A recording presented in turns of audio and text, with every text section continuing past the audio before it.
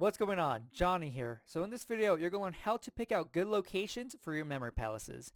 And I realized I might have just barely mentioned what a memory palace is, so I want to quickly do that. And a memory palace also goes by the name of method of Loci, journey method, or Roman room. And so all a memory palace is a series of locations in a specific order. So maybe my room is a palace and the first location is my bed, second is the TV, third is the dresser, fourth is the closet, and so on. And so that's all a memory palace is a series of locations in a specific order. So now let's learn how to pick out good locations. So the first thing you need to ask yourself is, how much space do you need?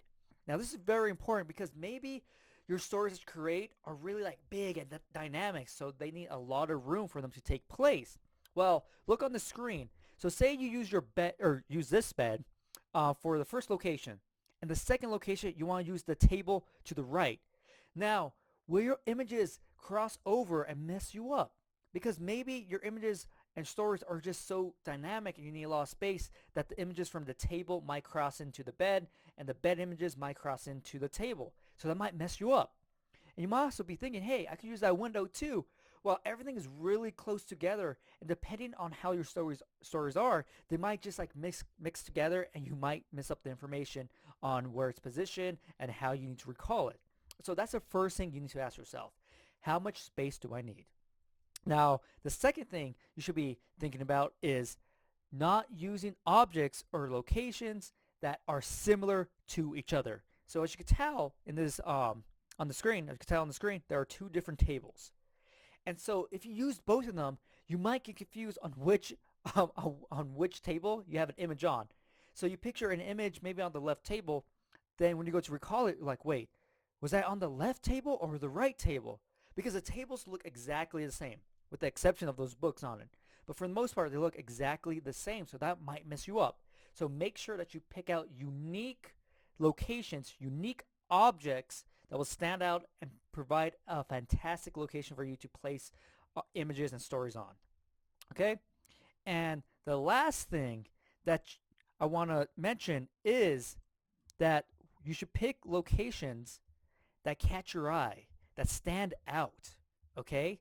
So go beyond, picking just unique locations based off, no, they're not similar to all the different locations in your palace. No, you wouldn't want like 20 beds in your palace because you might get confused, okay, which image was on which bed.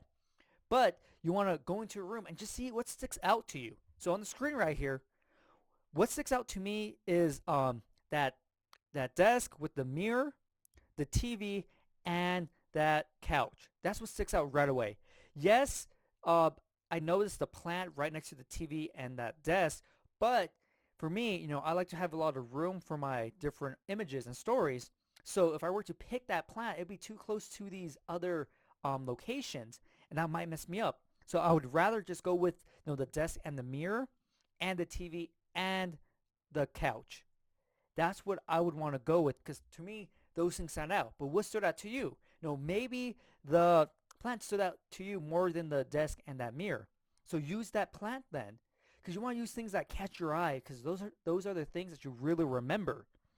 And so when you do these different things, when you do these quick little things I just mentioned in this video, you'll be able to get fantastic locations, pick out good locations that will help you remember the information a lot easier because locations play a huge role in memory. And so if your locations are really weak, then you might forget the information. You might forget the stories that are at each different location. So that's why you want to pick locations that you can see clearly in your head, that really stand out, that aren't, too similar to other locations in your palace.